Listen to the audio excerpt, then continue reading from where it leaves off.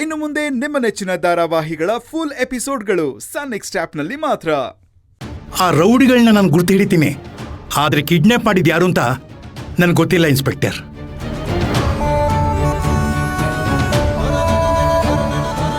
ಯಜಮಾನ್ರೆ, ಏನಾದರೂ ನೆನಪಿಸ್ಕೊಳ್ಳೋದಕ್ಕೆ ಪ್ರಯತ್ನ ಪಡಿ. ಒಂದು ಸಣ್ಣ ಸುಳಿವು ಸಿಕ್ಕಿದ್ರೂ ಸಾಕು, ನಾವು ಅವ್ರನ್ನ ಹೇಗಾದ್ರೂ ಮಾಡಿ ಹಿಡಿತೀವಿ.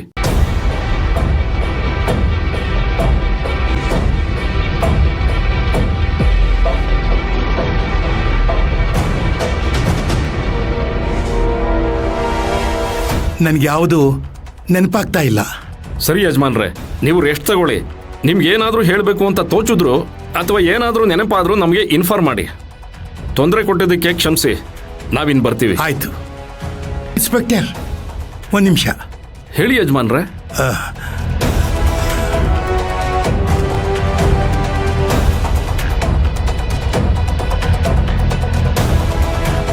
ಇನ್ಸ್ಪೆಕ್ಟರ್, ನನ್ನನ್ನು ಕಿಡ್ನಾಪ್ ಮಾಡಿದವನ್ನ ಮುಖ ಪರಿಚಯ ಇಲ್ಲದೆ ಇರ್ಬೋದು, ಆದರೆ ನನ್ನನ್ನು ಕಿಡ್ನಾಪ್ ಮಾಡಿ ಎಲ್ಲಿ ಬಚ್ಚಿಟ್ಟಿದ್ರು ಅನ್ನೋದು ನನಗೆ ಗೊತ್ತಿದೆ. ಆ ಜಾಗ ಕಾಳಿಂಗರಾಯನ್ಗೆ ಸಂಬಂಧಪಟ್ಟಿದ್ದು. ಅದು ಅವರ ತೋಟದ ಮನೆ ಜಾಗ.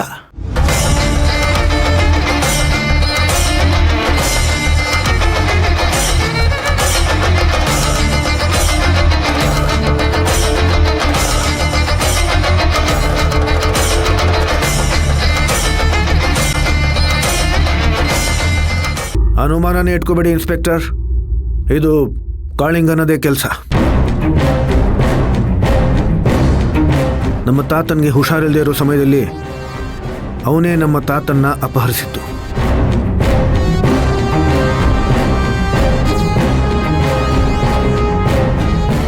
ನಮ್ಮ ತಾತನ ಪ್ರಾಣಕ್ಕೆ ಏನಾದರೂ ಹೆಚ್ಚು ಕಮ್ಮಿ ಆಗಿದ್ದಿದ್ರೆ ಇಷ್ಟೊತ್ತಿಗೆ ಇಡೀ ಊರೇ ಹತ್ತಿ ಉರಿದು ಹೋಗ್ತಾ ಇತ್ತು.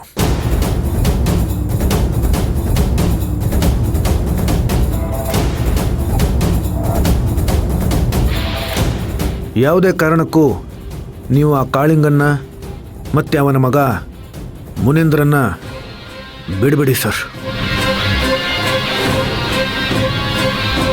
ಏನೇ ರಾಜಕೀಯ ಒತ್ತಡ ಬಂದರೂ ದಯವಿಟ್ಟು ಹಿಂಜರಿಬೇಡಿ. ನಿಮ್ಮ ಬೆಂಬಲಕ್ಕೆ ನಾವಿರ್ತೀವಿ. ನಾವು ಹಾಗೆಲ್ಲ ಬಿಡಲ್ಲ ಸರ್.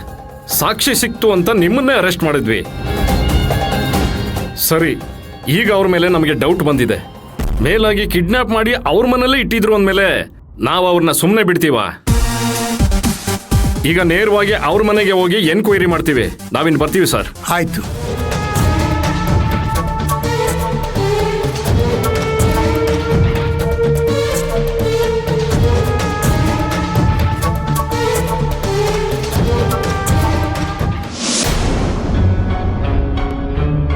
ಮುನೇಂದ್ರ, ನಮಗೆ ಈಗ ಒಳ್ಳೆ ಕಾಲ ಬರ್ತಾ ಇದೆ.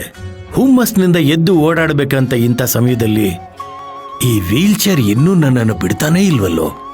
ಅಪ್ಪ, ಕೇರಳದ ನಾಟಿ ವೈದ್ಯರನ್ನ 1 ತಿಂಗಳ ಕಾಲ ಇಲ್ಲೇ ಬಂದಿರಬೇಕು ಅಂತ ಕರೆದಿದ್ದೀನಿ. ಆದರೆ ಅವನು ಯಾವುದೋ ಫಿಲಿಂ ಸ್ಟಾರ್ ಬೆನ್ ಬಿದ್ದೋಗಿದೆ ಅಂತ ಅದಕ್ಕೆ ಟ್ರೀಟ್ಮೆಂಟ್ ಕೊಡ್ತಾ ಇದ್ದಾನೆ. ಆಗ್ಲಿ, ಇಷ್ಟು ವರ್ಷನೇ ಕಾದುವಂತೆ. ಇನ್ನು ಸ್ವಲ್ಪ ದಿನ ತಾನೇ ಕಾಯೋಣ ಬಿಡು. ಬುದ್ಧಿ ಇನ್ಸ್ಪೆಕ್ಟರ್ ಬತ್ತವ್ರೆ.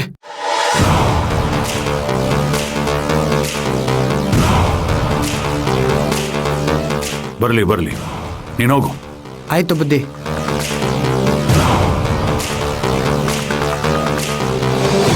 ಮುನೇಂದ್ರ, ಯಾಕೋ ಇತ್ತೀಚೆಗೆ ಇವನು ಕಾಟ ಜಾಸ್ತಿ ಆಗಿದೆ. ಸ್ವಲ್ಪ ಸರಿಯಾಗಿ ವಿಚಾರಿಸ್ಕೋ. ಸರಿನಪ್ಪ.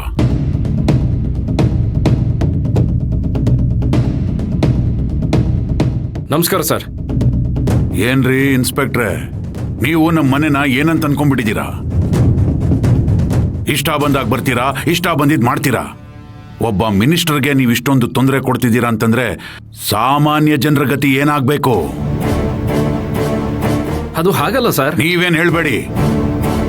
ನೀವೀಗೆ ಪದೇ ಪದೇ ನಮ್ಮ ಮನೆಗೆ ಬರ್ತಾ ಇದ್ರೆ ನಮ್ ಘನತೆ ಗೌರವ ಏನಾಗ್ಬೇಡ.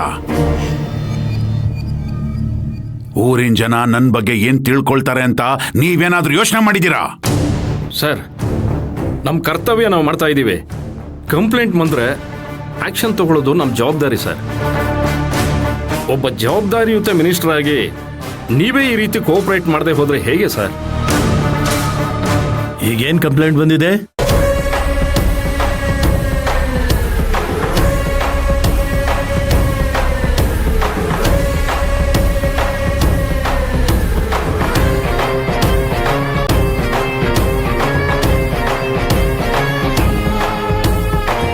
ಈ ಫೋಟೋದಲ್ಲಿರೋ ಮನೆ ನಿಮ್ದೇನಾ ಅಂತ ನೋಡಿ ಹೇಳ್ತೀರಾ?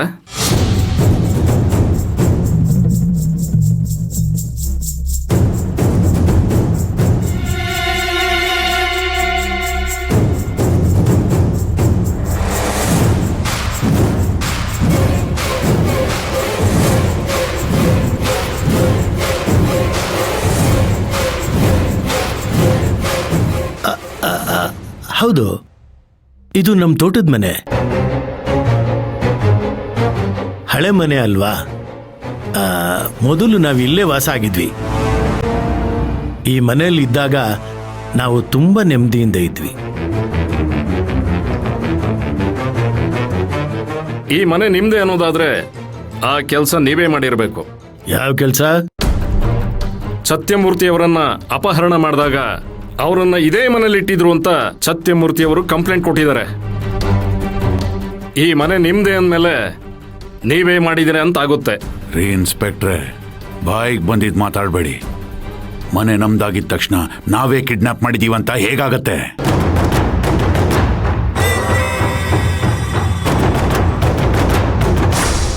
ಮತ್ತಿನ್ನೇನು ಸರ್, ನೀವು ಕೂಡ ಈ ಊರಿಗೆ ದೊಡ್ಡ ಮನುಷ್ಯರು. ನಿಮ್ಮನೇಲಿ ಬೇರೆ ಯಾರೋ ಸತ್ಯಮೂರ್ತಿಯವ್ರನ್ನ ಕಿಡ್ನಾಪ್ ಮಾಡಿ ತಗೊಂಡು ಬಂದು ಇಟ್ಕೊಳಕ್ಕಾಗುತ್ತಾ? ರೇ, ಅದೆಲ್ಲ ನನಗೆ ಗೊತ್ತಿಲ್ಲ. ಒಂದು ಕಾಲದಲ್ಲಿ ಅದು ನಮ್ಮ ಮನೆ ಆಗಿತ್ತು. ನಾವೀಗ ಆ ಮನೆನ ಉಪಯೋಗಿಸ್ತಿಲ್ಲ. ಯಾವತ್ತು ನಮ್ಮಪ್ಪನ ಕೈ ಕಾಲಕ್ಕೆ ತೊಂದರೆ ಆಯಿತು, ನಾವು ಆವತ್ತೇ ಆ ಮನೆ ಬಿಟ್ಟು ಆಚೆ ಬಂದ್ವಿ. ರೇ, ನಾವು ಆ ಮನೆ ಕಾಲಿಟ್ಟು 25 ವರ್ಷಕ್ಕೂ ಮೇಲಾಯ್ತು. ನಾನು ಫೋಟೋ ನೋಡಿದ ತಕ್ಷಣ ನಿಮ್ಗೆ ಹೇಳಿದ್ನಲ್ಲ, ಆ ಮನೆ ಹಳೇದಾಯ್ತು ಅಂತ. ನಮಗೆ ಆಗದೆ ಇರೋರು ಯಾರೋ ನಮ್ಮ ಹೆಸರು ಕೆಡಿಸ್ಬೇಕು ಅಂತ ಆ ಮನೆನ ದುರುಪಯೋಗ ಮಾಡ್ಕೊಂಡಿದ್ದಾರೆ. ಅಲ್ಲೊಂದು ಆಸ್ತಿ ಇದೆ ಅನ್ನೋದನ್ನೇ ನಾವು ಮರೆತು ಬಿಟ್ಟಿದ್ದೀವಿ. ಅಲ್ಲಿ ಯಾರೋ ಯಾರನ್ನೋ ಕಿಡ್ನಾಪ್ ಮಾಡಿ ಇಟ್ಕೊಂಡ್ರೆ ಅದಕ್ಕೆ ನಾವು ಹೇಗೆ ಹೊಣೆ ಆಗ್ತೀವಿ? ನಮ್ಮ ರಾಜಕೀಯ ಬೆಳವಣಿಗೆಯನ್ನ ಸಹಿಸದೇ ಇರೋರು ಪದೇ ಪದೇ ನಮ್ಮ ಮೇಲೆ ಅಪವಾದ ಹೊರಿಸ್ತಿದ್ದಾರೆ ಅಷ್ಟೇ. ಅಪವಾದ ಬರೆಸ್ತಾರೋ ಹೆಸರಾಳು ಮಾಡ್ತಾರೋ ನಮಗೆ ಗೊತ್ತಿಲ್ಲ ಸರ್.